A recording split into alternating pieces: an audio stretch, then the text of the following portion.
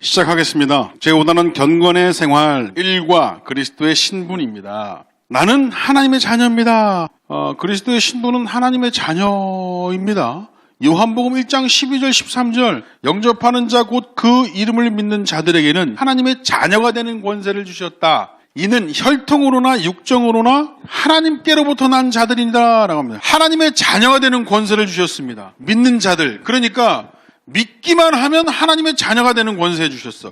지금까지 하나님의 자녀, 하나님의 백성이라고 한다면 여러분 요한복음에서 믿기만 하면 하나님의 자녀가 된답니다. 이전까지 하나님의 백성은 제사를 지내고 할례를 지키고 안식일을 거룩히 지키고 이런 걸 해야 하나님의 백성이에요.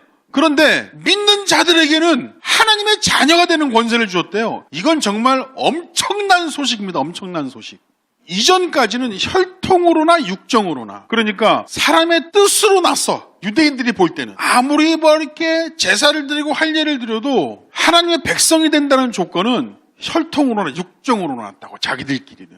그런데 그런 가운데 이런 말씀이 선포되는 거예요. 믿기만 하면 하나님의 자녀가 됐다. 그러면서 전제로 나오는 말씀이 혈통으로나 육정으로가 아니라 하나님께로부터 났다. 여러분, 이거는 엄청난 소식이죠. 이걸 바로 뭐라고 하냐면 복음이라고 하는 겁니다. 복음. 로마서 8장 16절입니다. 성령의 친히 우리의 영과 더불어 우리가 뭐라고요? 하나님의 자녀인 것을 증언해 주신답니다. 와, 아멘 할렐루야죠. 성령께서 우리의 영과 더불어 우리가 하나님의 자녀인 것을 증언해 주신대요. 하나님의 자녀야. 누가 증명해 주시는 거? 성령께서 증명해 주신다. 성령께서. 내가 아무리 몸부림칠 필요 없어. 증명할 필요가 없어. 성령께서 증언해 주신다고. 성령께서. 어떻게 증언해 주세요? 성령께서 우리를 하나님 자녀답게 살 수 있도록 인도해 주시는 거예요. 성령으로 인쳐 주시는 거예요. 에베소서 5장 1절입니다. 그러므로 사랑을 받는 자녀같이 너희는 하나님을 본받는 자가 되고 라고 합니다. 하나님의 자녀이기 때문에 하나님을 본받는 자가 되랍니다. 나는 하나님의 자녀입니다. 왜 하나님의 자녀로 삼으셨는가 라고 합니다. 자녀로 삼으신 목적이 있다. 에베소서 2장 10절 우리는 그가 만드신 바라 그리스도 예수 안에서 선한 일을 위하여 지으심을 받은 자니 이 일은 하나님이 전에 예비하사 우리로 그 가운데서 행하게 하려 하심이니라. 선한 일을 위하여 지으심을 받았다. 그리스도 예수 안에서. 여기서 제가 아까 에베소서 2장 10절 말씀을 함께 나눴지만 여기서 말하는 선한 일은 도덕과 유를 뛰어넘는다고 했었습니다. 그러한 삶을 통해서 누구를 드러낸다? 하나님을 드러내고 예수 그리스도를 드러낸다. 그가 바로 하나님의 자녀다라고 했었습니다. 옛날에 그랬었어요. 저 어렸을 때 보면 저의 행실을 보고 제가 뭘 잘했는지 못했는지 모르겠는데 저거 누구 집 자식이요? 저 윤기 아들 아니요? 뭐 이랬거든요. 저 때문에 저희 아버지가 드러나는 거예요. 저 때문에. 제가 무슨 짓을 하든 제가 공부를 잘하잖아요. 아따 윤기 그놈 막 공부 잘 시켰네 이러거든요. 우리가 어떤 일을 하든 하나님의 자녀라는 이름으로 살아가게 되면 그 일을 통해서 하나님을 드러내. 이게 바로 선한 일이라고 하는 것이죠. 그래서 디모데전서 6장 11절에 보시면 오직 너 하나님의 사람아 이것들을 피하고 의와 경건과 믿음과 사랑과 인내와 온유를 따르며 라고 합니다. 피할 것들이 있어요. 디모데전서 6장 11절 이전에 보시면 우리 말씀 하나 찾아볼게요. 디모데전서 6장 11절 말씀이 오직 너 하나님의 사람아 이것을 피하라 라고 되어 있습니다. 이것을 피해라.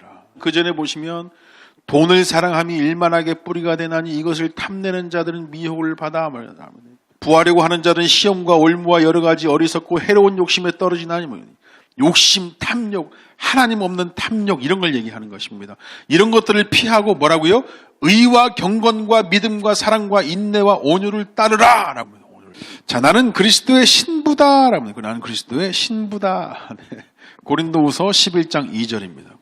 당신은 그리스도의 신부입니다 라고 하죠. 고린도후서 11장 2절 내가 하나님의 열심으로 너희를 위하여 열심을 내노니 내가 너희를 정결한 처녀로 한 남편인 그리스도께 드리려고 중매함이로다 라고 합니다. 정결한 처녀, 한 남편인 그리스도, 우리는 그리스도의 신부다 라고 하는 것이죠.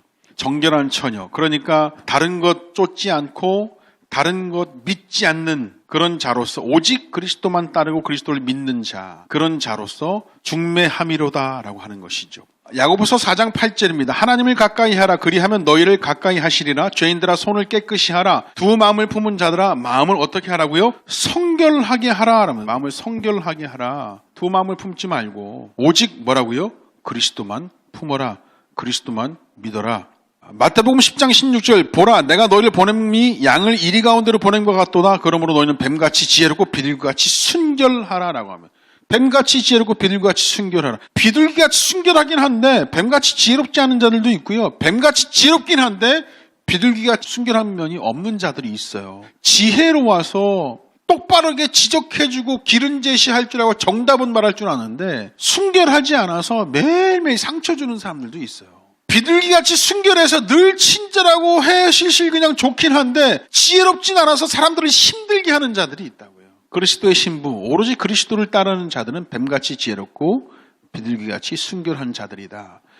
디모데전서 2장 9절 또 이와 같이 여자들도 단정하게 옷을 입으며 소박함과 정절로서 자기를 단정하고 따은 머리와 금이나 진주나 값진 옷으로 하지 말. 왜 단정하게 하고 왜 자기를 단정하게 합니까? 단 한 사람 누구요? 예수 그리스도 앞에 서기 위한 것이라는 것이죠. 사랑하는 아내가 남편 한 사람만을 위해서 단정하게 옷을 입고 단장합니다. 우리 그리스도인들은 예수 그리스도만을 위해서 그렇게 하는 것이에요. 예수 그리스도만 높여드리기 위한 찬양을 드리는 것이고 예수 그리스도의 말씀을 듣는 것이죠. 그리스도의 신분, 나는 어떤 사람입니까? 성령의 전이다. 고린도전서 3장 16절 17절 너희는 너희가 하나님의 성전인 것과 하나님의 성령이 너희 안에 계시는 것을 알지 못하느냐. 누구든지 하나님의 성전을 더럽히면 하나님이 그 사람을 멸하시리라. 하나님의 성전은 뭐라고요? 거룩하니. 여러분 하나님의 속성에 대해서 얘기할 때 우리와 공유하시는 속성이 있고 공유하지 않는 속성이라 이거를 신학적 용어로 비공유적 속성, 공유적 속성이라고 하는데 하나님의 거룩하심은 공유적 속성입니까? 비공유적 속성입니까? 댓글 기다립니다. 네, 여하튼 내가 거룩하니 너도 거룩하라. 하나님께서 우리와 공유하시는 속성이에요. 내가 거룩하니 너희도 거룩하라. 하나님께서 우리를 거룩하라고 하셨습니다. 우리는 거룩한 성령의 전이다라고 하는 것이죠. 그런데 성령이 들어오기 전에 우리는 바로 어떤 자였느냐라고 하는 것이죠. 로마서 1장 28절 29절에 이렇게 되어 있습니다. 또한 그들이 마음에 하나님 두기를 싫어하며 하나님께서 그들을 그 상실한 마음대로 내버려 두사 합당하지 못한 일을 하게 하셨으니 곧 모든 불의, 추악, 탐욕, 악의가 가득한 자요 시기, 살인, 분쟁, 사기, 악독이 가득한 자요 수군수군하는 자요라고 했습니다. 원래 우린 이런 자들이었대요. 성령이 들어오시기 전, 하나님이 거룩하다고 하시기 전, 성령을 우리 안에 보내주시기 전 우리가 어떤 자였다? 불의, 추악, 탐욕, 악의, 시기, 살인, 분쟁, 사기, 악독. 와, 여러분 보세요. 이러니까 하나님께서 모세를 통해서 이런저런 규율로 우리를 통제하시는 거예요. 눈에는 눈, 이에는 이 이러면서 통제를 하시는 거라고요. 그 눈에는 눈 나빠지게 하면 막 눈알 뽑으면 우리도 같이 눈알 뽑고 막 이러라고 한 거예요? 아니요. 우리는요, 얼마나 추악하고 탐욕이 가득하고 악의가 가득하냐면, 누가 우리 눈알 뺐다고 보세요. 그러면 우리는 눈알 하나 뽑는 걸로 안 끝날걸. 하나 뽑고, 다리 몽댕이도 하나 분질르고, 아마 등짝에다가 십자가 찍어버릴걸. 그러니까 하나님께서 그런 악독하고, 탐욕이 가득하고, 추악하고, 막 살인기가 가득한 그런 인간을 통제하기 위해서 그런 규율과 규례와 말씀을 주셔서 우리를 통제하시고 인내케 하시는 거라. 우리는 어떤 자였다? 그런 자였다. 나는 성령의 전에 성령이 임하신 후에 그럼 우리는 그랬던 자들이 어떻게 변했는가? 이전에는 그런 걸로 통제했는데 이제는 우리 안에 뭐가 있어? 갈라디아서 5장 22절 24절 오직 성령의 열매는 사랑과 희락과 화평과 오래 참음과 자비와 양선과 충성과 온유와 절제니 이 같은 것을 금지할 법이 없느니라. 그리스도 예수의 사람들은 육체와 함께 그 정욕과 탐심을 십자가에 못 박았는데 제가 볼 때는 자녀를 9명을 낳아야 돼요. 김열매, 김사랑, 김희락, 김화평, 김오래 참음. 이건 좀 김인내, 그죠? 김인내. 김자비, 김양선, 김충성, 김온유, 김절제. 얼마나 좋습니까? 성령이 임하기 전에는요, 악독하고 추하고 탐심과 이랬던 자들이 성령님께서 임하신 후 우리 안에 뭐라고요? 사랑과 희락과 화평과 오래 참음, 자비, 양선, 충성, 온유 이런 열매들이 나타나. 정말요? 여러분? 이전에 그랬던 나와 성령이 임하신 후에 그 성령의 열매 이런 것들이 계속 싸우잖아요. 누가 이겨야 돼? 누가? 성령의 열매가 이겨야 되죠. 성령의 열매가 눌러 이겨야지. 승리하시는 여러분들 되길 원합니다. 아멘. 자, 그리스도의 행실, 경건의 생활 제2과 그리스도인의 행실. 그리스도인을 나무로 비유한다면 그 나무의 열매는 그리스도인의 행실을 의미합니다. 이거 굉장히 좋은 말 같아요. 우리의 행실이 우리의 열매다. 좋은 나무마다 아름다운 열매를 맺고 못된 나무가 나쁜 열매를 맺는 것처럼 믿음이 좋은 그리스도인은 그 믿음의 열매가 아름다운 행실로 나타나게 되는 것이다. 그렇다면 빛으로서의 행실이 있습니다. 그리고 소금으로서의 행실이 있고요. 자, 빛으로서의 행실 보겠습니다. 1번, 성도를 향해서 너희는 세상의 빛이라 하셨는데 이 빛의 근원은 예수 그리스도이시다. 요한복음 1장 4절, 그 안에 생명이 있었으니 이 생명은 사람들의 빛이라. 그리고 요한복음 1장 9절입니다. 우리 한번 읽어보실까요? 참빛 곧 세상에 와서 각 사람에게 비추는 빛이 있었나니 라고 합니다. 여기서 말하는 참빛, 이게 뭐예요? 참빛. 이게 누굽니까? 이 참빛은 예수 그리스도다. 빛으로서 행실, 마태복음 5장 16절입니다. 이같이 너희 빛이 사람 앞에 비치게 하여 그들로 너희 착한 행실을 보고 하늘에 계신 너희 아버지께 영광을 돌리게 하라 라고 합니다. 여러분, 그리스도인의 행실 그래놓고 빛으로서 행실, 너희 착한 행실을 보고 하늘에 계신 너희 아버지께 영광을 돌리게 하라. 보세요, 여러분. 빛으로서의 행실이 있대요. 사람이 빛과 같다. 빛은 뭔가를 비추는 것이죠. 이 뭔가를 비춘다고 하는 것은 티가 날 수밖에 없습니다. 빛의 진짜 의미가 어디에 있습니까? 어둠을 밝히는 거잖아요. 어둠을 밝히는 거. 어두운데 밝아진다라고 한다는 이 빛의 존재를 여러분 무시할 수 있어요? 없어요. 어두워진 곳을 밝히는 이 빛의 존재를 무시할 수 없습니다. 눈이 밝은데 그리고 이 빛은 아주 어두운 곳에 커튼이 살짝 거쳐져 있어요. 이렇게 살짝 거쳐져 있는데 그곳으로 빛이 막 비친다고 보세요. 그러면 그 전까지 모르고 있던 먼지들이 막 보이지 않습니까? 마치 빛이 비친다고 한다는 것은 이것과 마찬가지입니다. 빛 대신 예수 그리스도가 오셨을 때 우리의 죄가 드러나는 것이죠. 우리의 죄가 드러나고 그 죄를 씻어주시는 분이 바로 예수님이시다. 자, 우리가 예수 그리스도를 닮아 빛과 소금으로서 역할을 하는데 특히 빛으로서의 어둠을 밝히는 자로 서 있다. 그래서 우리를 통해서 어둠이 드러나고 죄가 드러나는 그런 빛으로서의 사명을 감당하고 살아간다라고 했을 때 우리도 예수 그리스도처럼 빛과 같이 살아간다고 한다는 것은 그것을 방치하고 놔두고 손가락질하는 것이 아니라 그것이 회복될 수 있도록 빛의 역할을 다하는 거예요. 그 행실을 보고 하늘에 계신 우리 아버지께 영광을 돌리게 하는 것이죠. 누가? 그 죄덩어리들을 통해서 하나님께 영광을 돌리게 하는 것. 이게 바로 우리 역할이에요. 빛된 우리들의 역할이라고 하는 것이죠. 힘이 듭니다. 그리스도인으로서 빛의 역할을 한다고 한다는 것은 참 어려운 것 같아요. 네. 그래서 사회적으로도 그렇고 개인적으로도 그렇고 열심으로 뭔가를 나타내려고 하고 그런 것이 바로 어디예요? 교회잖아요, 교회. 자, 빛의 열매란 무엇인가? 에베소서 5장 9절. 빛의 열매는 모든 착함과 의로움과 뭐에 있다? 진실함에 있다라고 합니다. 빛의 열매는 이 착함과 의로움과 진실함. 이걸 통해서 빛의 열매가 드러나는 거예요. 정말 우리가 빛의 사람이라고 한다는 것은 우리의 삶, 착함과 의로움과 진실한 삶을 통해서 그 열매가 드러납니다. 그거 외에는 드러나지 않아요. 뭐가 드러나? 뭘 통해서 빛의 열매가 드러나겠습니까? 빛의 열매가 드러날 방법은 없어요. 착함과 의로움과 진실함 외에 없습니다. 그거 외에 빛의 열매를 나타낸다 하는 것은 그건 뭐예요? 흉내입니다. 흉내, 모방. 흉내와 모방은 가짜예요. 그것은 썩어져 없어져 버릴 것이고 그것은 무너지게 되고 망하게 되어 있습니다. 진짜는 진짜 드러나는, 나타나는 것이죠. 그걸 통해서 열매를 맛보는 것이고 그걸 통해서 하나님을 드러내는 것입니다. 빛으로서의 행실. 4번 빛의 자녀, 빛의 성도, 빛의 열매로서 하지 말아야 할 것은 무엇인가? 로마서 13장 12절. 밤이 깊고 낮이 가까웠으니 그러므로 우리가 어둠의 일을 벗고 빛의 갑옷을 입자. 낮에와 같이 단정히 행하고 방탕하거나 술 취하지 말며 음란하거나 호색하지 말며 다투거나 시기하지 말고 오직 주 예수 그리스도로 옷 입고 정욕을 위하여 육신의 일을 도모하지 말라. 보세요. 어떻게 됩니까? 방탕과 술 취함을 피해야 된다. 그리고 음란과 호색, 보세요. 음란과 호색을 피해야 된다. 그리고 다투거나 쟁투와 시기를 피해야 돼. 시기하지 말라. 그리고 정욕을 도모하지 말라라고 합니다. 이게 바로 빛의 자녀, 빛의 성도, 빛의 열매로서 하지 말아야 할 것입니다. 방탕, 술 취함, 음란, 호색, 쟁투, 시기, 정욕, 도모. 이거 세상 사람들이 제일 좋아하는 거잖아요. 방탕하는 거. 여러분 힘들고 괴로우면 방탕부터 하죠. 그냥 놔버립니다. 마음대로 살아버립니다. 그렇게 스트레스를 해소를 해버린다고요. 음란과 호색, 그렇게 마음대로 놔버리고 술 취해버리면 음란과 호색은 따라오게 돼 있어요. 술 먹으면 호색이 따라옵니다. 음란이 따라온다니까요.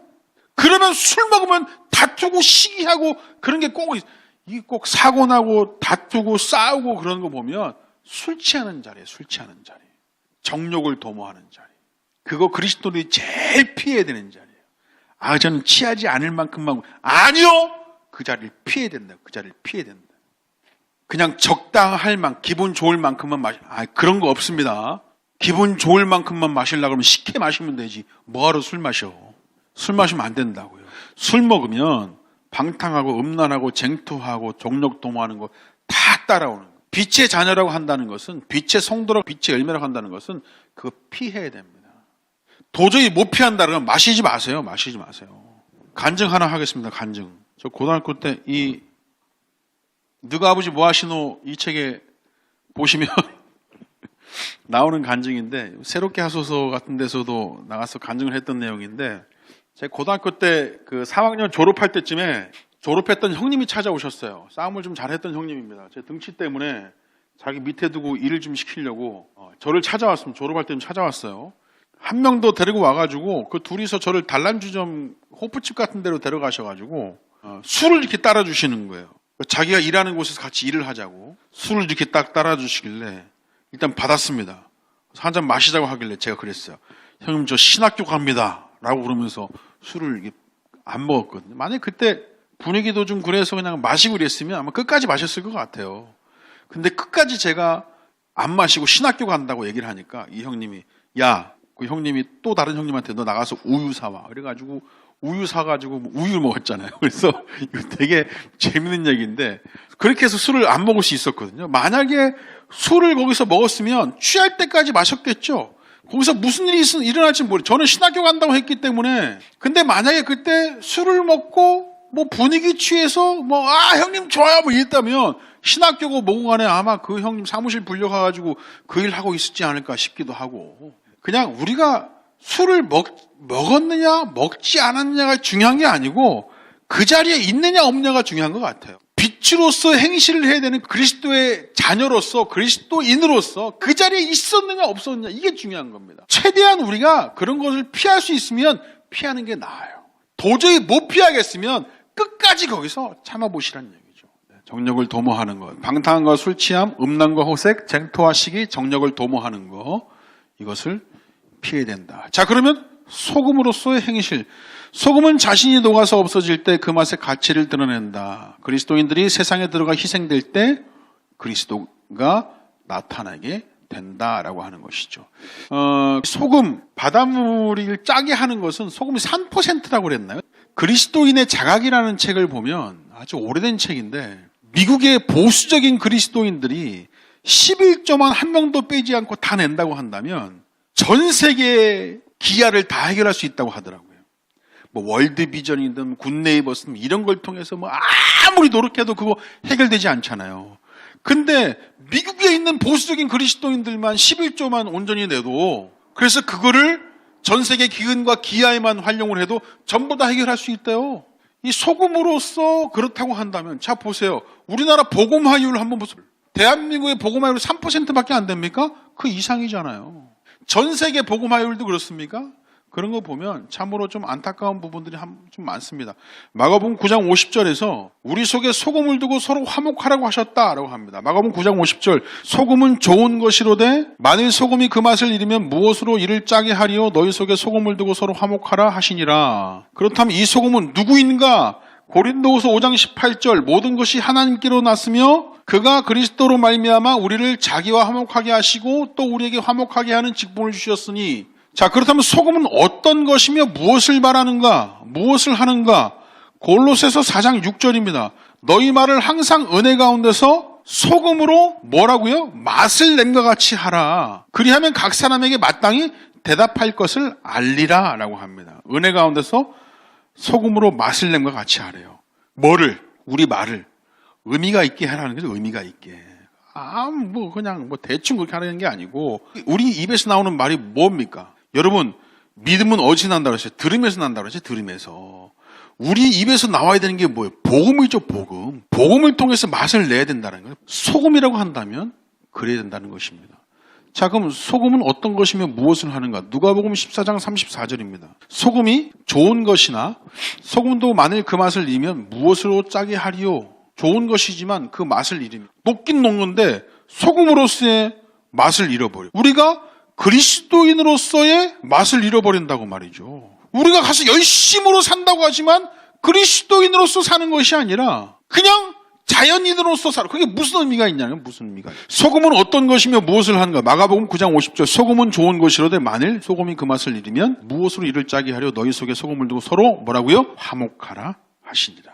여기서 말하는 진짜 소금, 빛과 소금이 누구에게요? 빛과 소금 되시는 누구? 예수 그리스도. 빛과 소금 되시는 분이 예수님이시기 때문에 우리가 예수 그리스도와 같이 빛과 소금 된 역할을 해야 된다. 그 소금 되신 분을 두고 화목하라라고 하는 것입니다. 자, 향기로운 행실, 그리스도인의 행실이라고 해놓고 빛과 소금의 역할, 그리고 향기로운 행실. 마리아가 지극히 비싼 향유 나드 한 옥합을 가져다가 예수님의 발을 부었다. 이에 예수님은 그가 내게 좋은 일을 했다고 하시면서 온 천하에 어디서든지 복음이 전파되는 곳에는 이 여자가 행한 일도 전해져서 사람들이 이 여자를 기억하게 될 것이다 하고 하셨다. 고린도후서 2장 14절.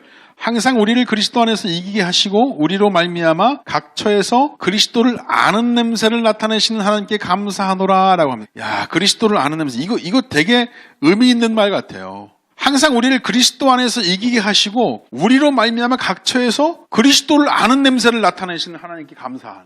확실하게 알지 못하지만 그리스도의 향내인지 아닌지를 알게 한다는 거죠. 교회로부터 나오는 일인지 성도로부터 나오는 일인지 하나님의 자녀라고 하는 사람으로부터 나오는 일인지를 알게 한다는 거예요. 야, 이거는 정말 놀라운 일입니다. 향기로운 행실, 고린도후서 2장 15절. 우리는 구원받은 자들에게나 망하는 자들에게나 하나님 앞에서 뭐라고요? 그리스도의 향기니. 놀랍습니다. 이 리더의 고독이라는 책에 보면 강준민 목사님이 그런 말씀을 하세요. 물론 이런저런 인용구절 속에서 나온 말들이긴 한데, 향나무는 자기를 치는 도끼나라도 향을 묻힌다 이런 말을 했거든요. 되게 놀라운 얘기죠. 그리스도의 향기는 자기가 무너지고 자기가 고통스럽고 힘들어도 정말 그리스도의 온전한 향기를 뿜는 사람은 그 안에서도 그리스도를 향한 삶이 나타날 수밖에 없고 다른 이들로 하여금 그 향기를 맡을 수밖에 없게 하는 자다라고 하는 것이죠. 하나님께서 그들을 통해서 어떻게 일하실지를 기대하시길 원합니다. 고린도후서 2장 16절. 이 사람에게는 사망으로부터 사망에 이르는 냄새요, 저 사람에게는 생명으로부터 생명에 이르는 냄새라. 누가 이 일을 감당하리요? 생명으로부터 생명에 이르는 냄새를 풍기는 우리가 다 되길 원합니다. 향기로운 행실. 다음입니다. 이번 단원 마지막 승리의 생활입니다. 그리스도에게는 유혹과 시험이 그림자처럼 따라다닙니다. 이것은 바로 하나님의 자녀가 된 증거이기도 하다. 하나님의 자녀가 아니라고 한다면 유혹과 시험은 없습니다. 있을 수는 있어요. 그런데 그 유혹과 시험이라는 것에서 넘어진다기보다 그 유혹과 시험을 즐기는 자들이겠죠. 그리스도를 믿는 그리스도의 자녀가 아니라고 한다면 오히려 그런 것들이 어떤 쾌락이나 그런 걸 통해서 무너지는 어떤 그런 삶을 오히려 즐기고 누리고 하는 사람들, 그림자처럼 따라다닙니다. 이것은 바로 하나님의 자녀가 된 증거이기도 합니다. 마귀가 우리를 넘어뜨리려고 온갖 수단과 방법을 다 쓰지만 하나님께서는 우리에게 힘을 주셔서 이기도록 하십니다. 마귀가 우리를 넘어뜨리려고 합니다. 하나님께서 우리를 성도 삼아주고 자녀 삼아주셔서 다시 오시는 예수 그리스도가 오시기까지, 약속하신 예수 그리스도가 오시기까지 빛과 소금으로서 살게 하시고 온전한 성도의 삶을 살게 하시는데, 그래서 영화로운 삶을 살게 하시는 그 순간까지 기다리고 우리가 끝까지 예수 그리스도를 기다리고 있는데 우리를 넘어뜨리게 하려고 해요. 그게 뭐예요? 사탄의 계계죠. 마귀의 계계라고요. 창세기 3장 15절에 보시면 이 원복음이 있습니다. 여자의 후손은 그의 머리를 빻고 뱀은 그 여자의 후손의 뒤꿈치를 문다고 하지 않았습니까? 그러니까 이 전쟁은, 이 전투는 끝까지 일어나는 거예요. 예수님께서 우리의 죄를 위해서 돌아가시기 위해서는 유월절 어린 양의 피로 돌아가셔야 되거든요. 근데 이 사탄은 유월절 어린 양의 피로 돌아가시지 못하게 하기 위해서 미리 대적해서 시험하고 유혹해서 넘어뜨리려 하고 사람들을 써서 미리 죽이려 하고 그러지 않습니까? 그러나 예수님은 그 모든 것을 이겨내시고 결국 유월절 어린 양의 피로 십자가를 지시고 돌아가셨다고요. 우리 죄를 담당하셨다고요. 그렇게 승리하셨다고요. 죽기만 하시면 예수님은 마귀로부터 진 거지만 부활하셨어요. 승리하셨다고요. 자, 그러면 마귀는 실패했습니다. 마귀는 망했습니다. 그러면 이제부터 마귀는 뭐해요? 다시 오심 약속하신 그 예수님 오실 때까지 우리 성도들을 무너뜨리는 거예요. 예수님 오시지 않는다고 믿는 거예요. 미리 왔다고 사람들을 속이고 있는 거예요. 그게 바로 마귀가 대적하는 방법이죠. 온갖 수단과 방법을 다 씁니다. 그 유혹과 시험 가운데 우리가 노출되어져 있습니다. 베드로후서 2장 14절. 그럼 그런 유혹은 어떤 사람이 받느냐? 음침이 가득한 눈을 가지고 범죄하기를 그치지 아니하고 굳세지 못한 영혼들을 유혹하며 탐욕에 연단된 마음을 가진 자들이니 저주의 자식. 어떤 자들? 굳세지 못한 영혼들. 굳세게 예수 그리스도의 다시 오심을 기다리는 자 되기 원합니다.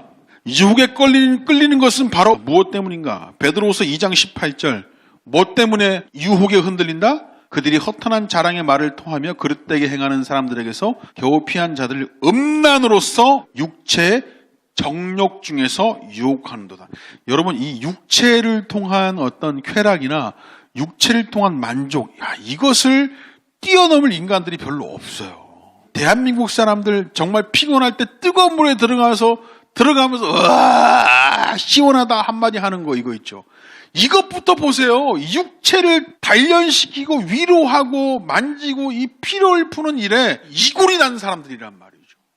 성적으로도 그렇고 이 술로 다스리는 것도 그렇고 뭐 마사지로도 그렇고 뭐 그럼 사우나로도 그렇고 뭐 이 육체의 영역 그거 말고도 육체를 다스리는 욕심, 탐욕 수도 없지만 많지 않습니까?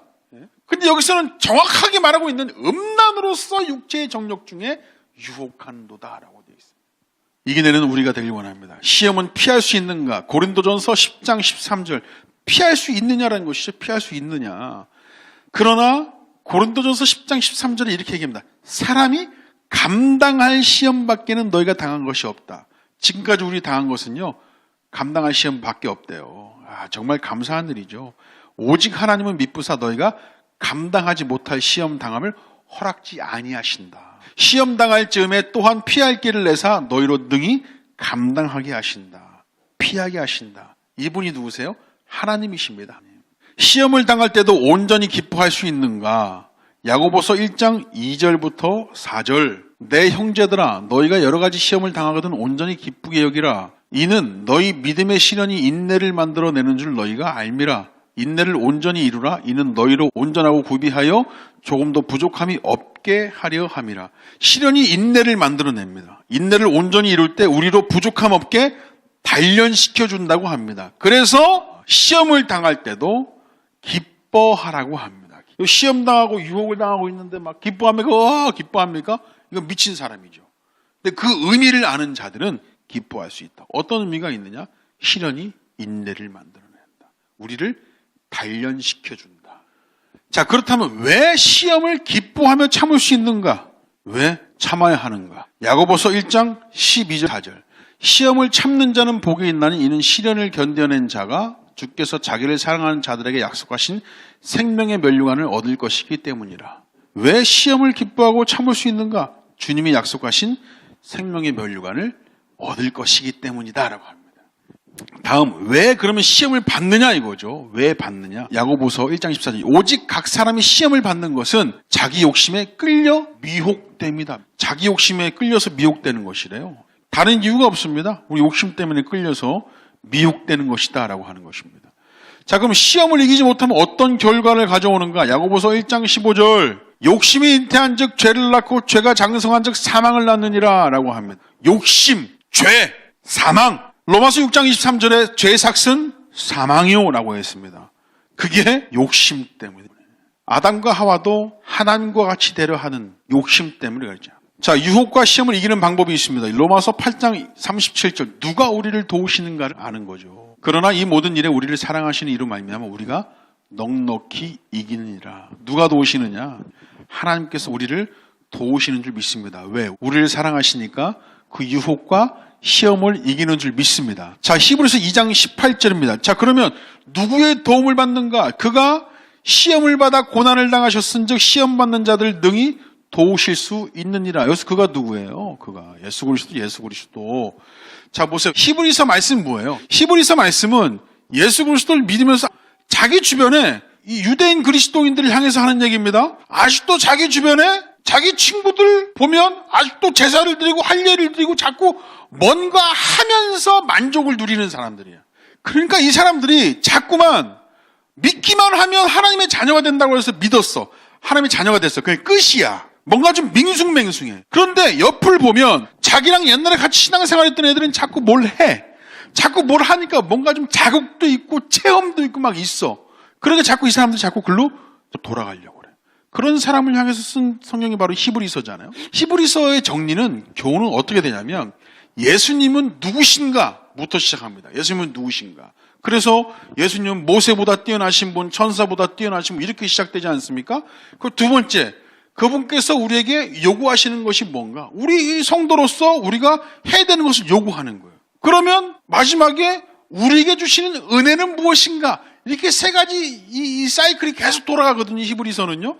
그러니까 그가 시험을 받아 고난을 당하셨은즉 시험 받는 자들을 능히 도우실 수 있는 분이다. 예수님께서는 그런 은혜를 주시는 분이에요. 시험 받는 자들을 능히 도우시는 분이다라고 하는 것이죠. 마태복음 4장 4절.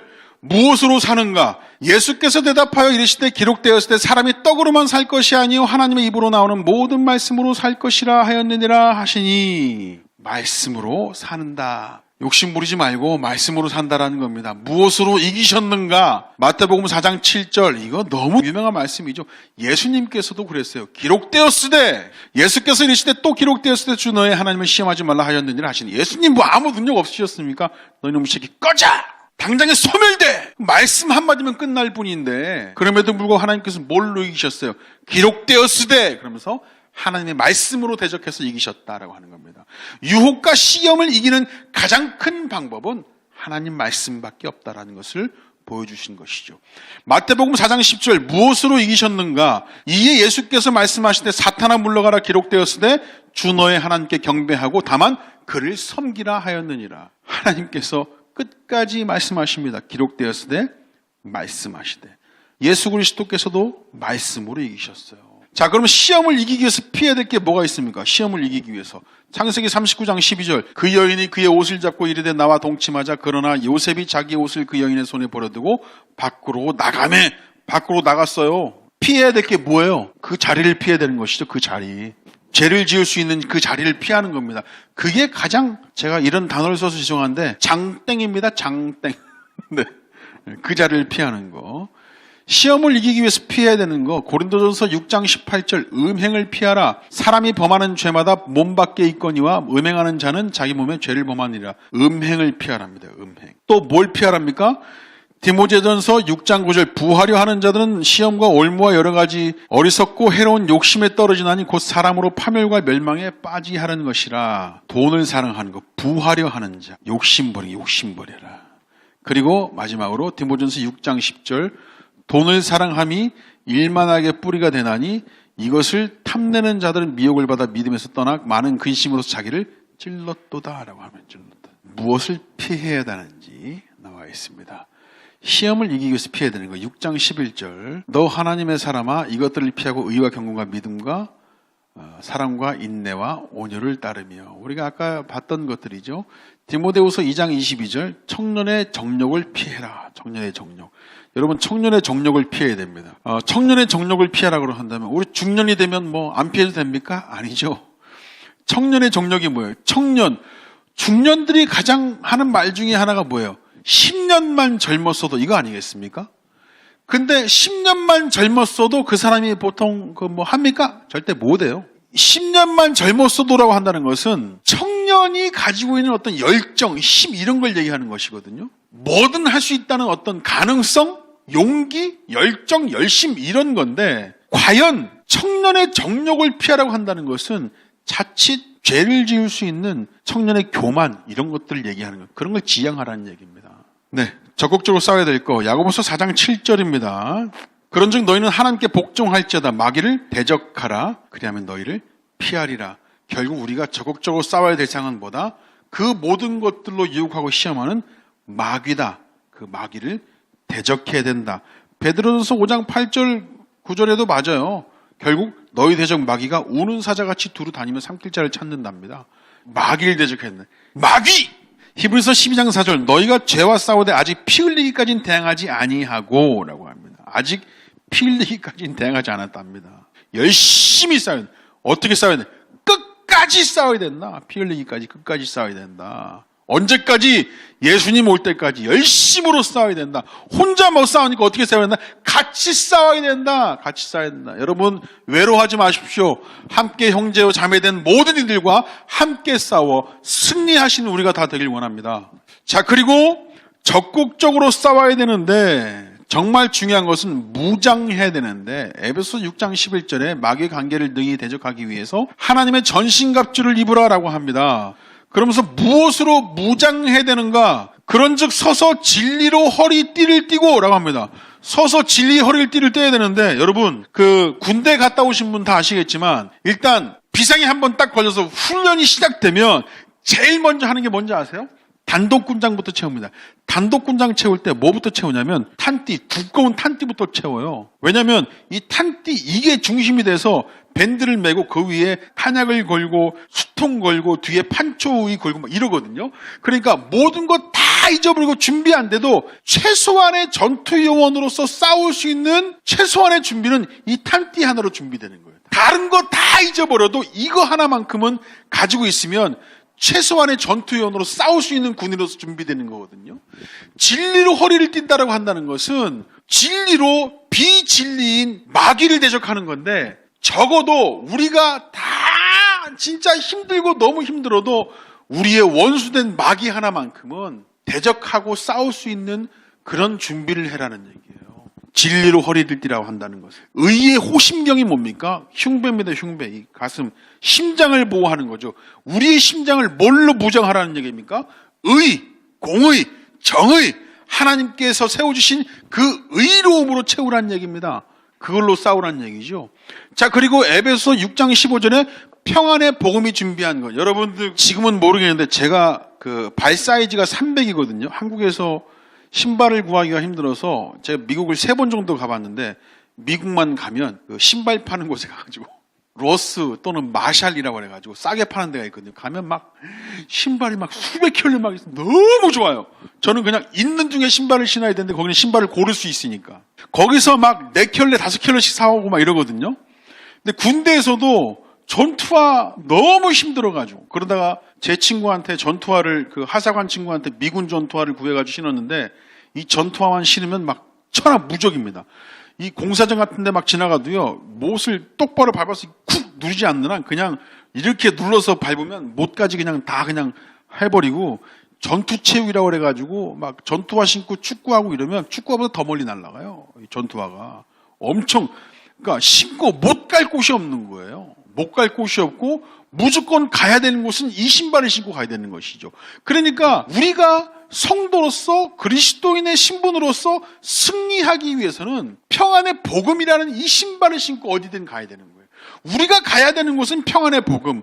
왜 평안의 복음이라고 하냐면은 복음을 들고 선 자리, 복음을 들고 움직이고 우리가 복음을 들고 선포되는 그 자리는 불편하게 짝이 없는 자리거든요. 세상에 불편해하는 자리예요. 그런데 우리는 평안해. 하나님께서 그렇게 설정을 해 놓으셨어. 평안의 복음의 신이라고. 어디를 가든 평안의 복음이라는 그 신을 신고 가는 겁니다. 그 신을 신고 가는데 모든 것 위에 뭐라고요? 믿음의 방패를 가지고 갑니다. 그런데 이 방패는 특이해. 이 마귀에 대적하고 마귀와 싸우는데 공격하는 것을 막는 것만 쓰는 것이 아니라 모든 악한 자의 뭐라고요? 모든 불화살을 소멸한대. 소멸. 방패가 그냥 막는 것으로만 쓰는 것이 아니라 모든 불화살을 소멸한대. 대적의 힘을 무력화시키는 데 쓴다고. 뭐가? 이 믿음이라는 것이 있는 것이. 그렇게 해서 구원의 투구를 씁니다. 이 구원이란 것이 왜 투구에 또 비유가 되었냐면, 왜 머리에 씁니까? 구원이란 투구를. 여러분, 우리 구원 그 이후에 우리가 뭐가 있습니까? 예수님께서 다시 오셔서 구원을 완성하신다는 뭐가 있습니까? 소망이 있잖아요, 소망. 그 소망을 우리 안에 늘 가지고 살라는 그런 의미로 구원의 투구를 쓰고 있습니다. 구원의 투구. 그리고 성령의 검. 하나님의 말씀으로 예수 그리스도께서 마귀 사탄을 무너뜨린 것 같이 기록되었을 때 하나님의 말씀으로 그걸 대적해서 싸울 수 있어야 된다는 것이죠. 구원의 전신갑주라고 한다는 것은 이런 것입니다. 이걸 통해서 마귀를 대적해서 승리하는 우리가 다 되길 원합니다. 감사합니다. 승리의 생활 5번째 단원 마쳤고요. 5분 뒤에 6번째 단원 시작하겠습니다. 헌신의 생활 시작하겠습니다. 감사합니다.